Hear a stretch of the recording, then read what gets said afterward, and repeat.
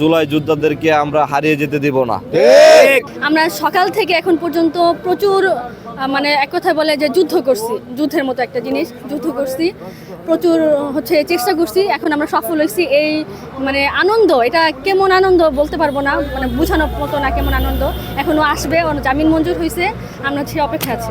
তো আপনারা জানেন যে জুলাইয়ের অন্যতম সম্মুখ সারিতে আমরা দেখতে পাইছি আমাদের সুরভি গাজীপুরের, তো তাকে একটা ভুয়া মামলায় ফাঁসানো হয়েছিল। তো তারই পরিপ্রেক্ষিতে এটা দেশব্যাপী একটা নারীকে কিভাবে চরিত্র হনন করা হয় তা আমরা মিডিয়াতে দেখতে পাইছি, যে বিভিন্ন বুইফুর মিডিয়াতে হলুদ সাংবাদিকরা সেটা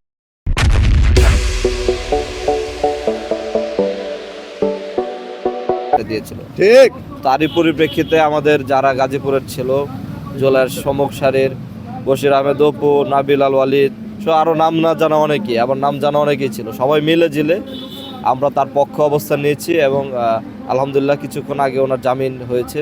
তো আমরা আজকে গাজীপুরে এখান থেকে স্পষ্টভাবে জানাতে চাই যে আসলে জুলাই যোদ্ধাদেরকে আমরা হারিয়ে যেতে দিব না। প্রত্যেকটা জুলাই যোদ্ধাদের পাশে আমরা ছিলাম, আছি, থাকবো ইনশাআল্লাহ।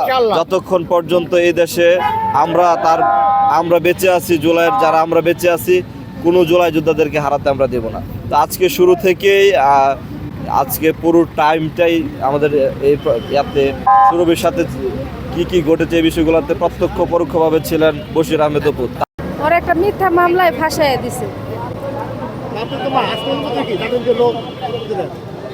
জামিন পেয়েছে, তাদের জুলাই যোদ্ধারা সহযোগিতায় জামিন পেয়েছে।